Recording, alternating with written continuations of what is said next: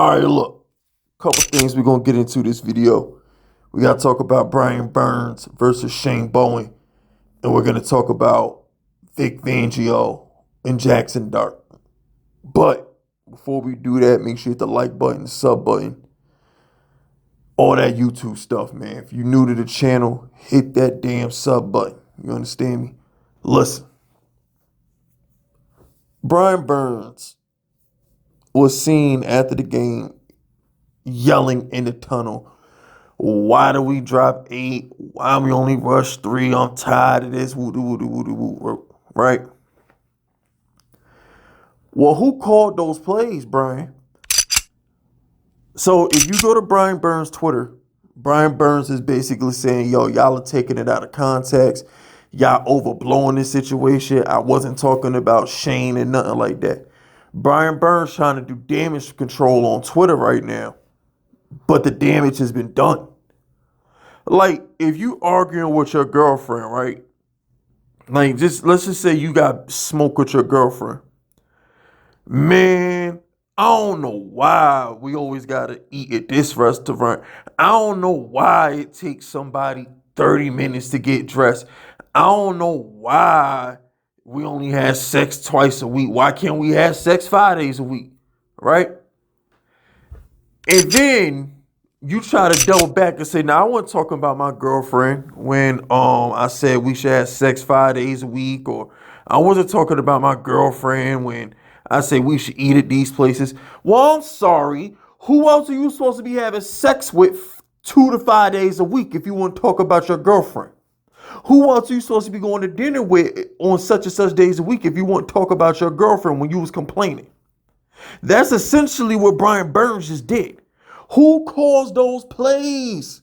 Brian, Spider-Man, whatever you want to be called. Who calls the plays, fam? So if you complaining about the play calling, if you complaining about the play calling, who are you talking about? Who? Brian Dable ain't calling defensive plays. You can't put that on him. Like who called the defense, Brian?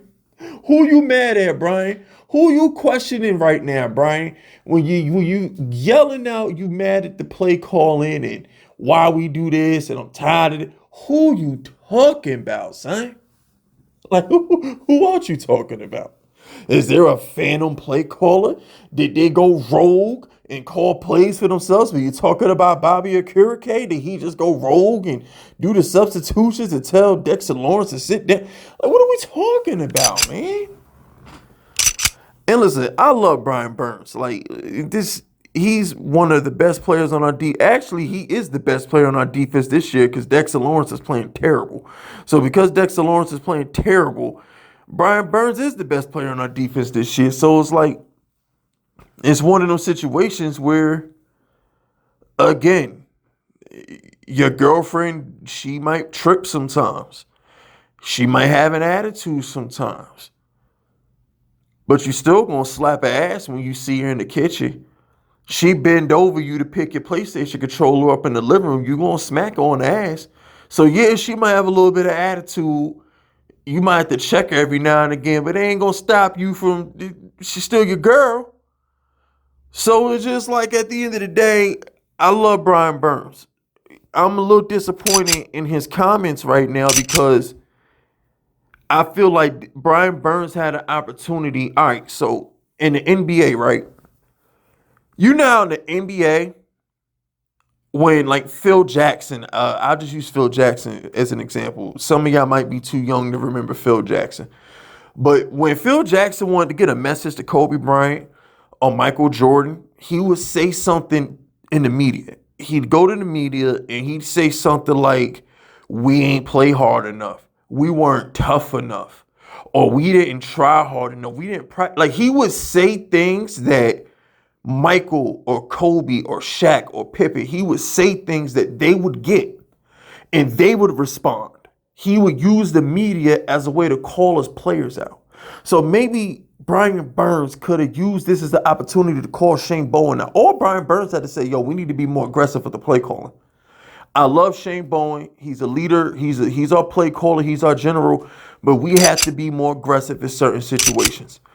That's all he had to say. I would like us to be more aggressive. That's all he had to say. And Shane Bowen would get the message. But it is what it is.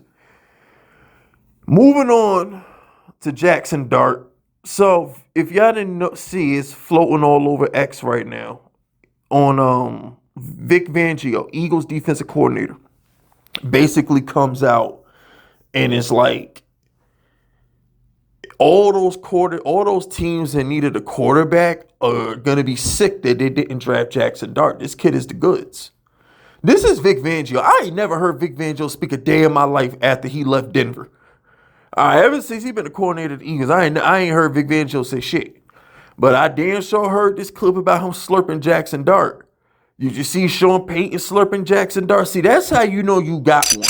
When you got Sean Payton saying, I was hoping they played Jaxson Dart after we played them. Essentially saying, I was hoping Russ bum-ass is in there, so we have to play Jaxson Dart. And now you got Vic Fangio saying, yo, all those teams that passed on him, how did the Giants get this kid at 25? I can't believe those teams passed on him, those quarterback-needy teams. Even Vic Fangio's like, yo, this kid is good. This kid is good. And the thing is, you know, what I like about the Jaxson Dart situation, and I said it as soon as it happened, as soon as Neighbors went down. Do I need to re-upload that video? I might have to turn that into a short because I said it the minute it happened. I said, thank God. Because now we're going to get a chance to see if this kid is actually good. We're not going to have to see him be carried by Malik Neighbors. Oh, Neighbors down there somewhere. He's going to learn how to play quarterback the right way. He's going to develop good habits because he's not force-feeding Malik Neighbors. This isn't a Dak Prescott situation where he comes in with Witten and Dez in the best offensive line on. And Jalen Hurts, even before he got A.J. Brown, elite offensive line. Zach Ertz and Goddard. I think Alshon was there. Devontae Smith was there. Like, even Jalen Hurts came into a good situation before Saquon and A.J. Brown got there. So this isn't a situation. Or Mahomes. Mahomes came in with Tyreek and Kelsey. And Kareem Hunt was a monster that year. So this isn't a situation where all these other quarterbacks that come into the league, they have everything at their disposal. Even Joe Burrow had Joe Mixon, T. Higgins, and Jamar Chase, and Tyler Boyd as a rookie. Jaxson Dart has nothing.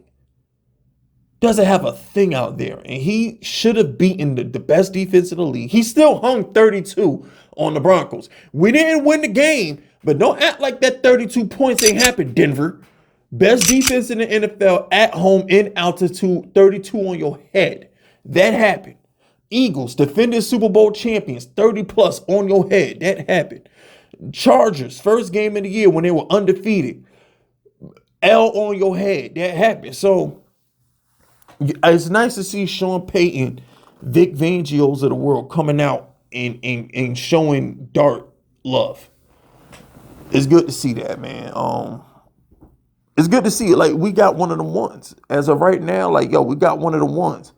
We probably not gonna win on Sunday.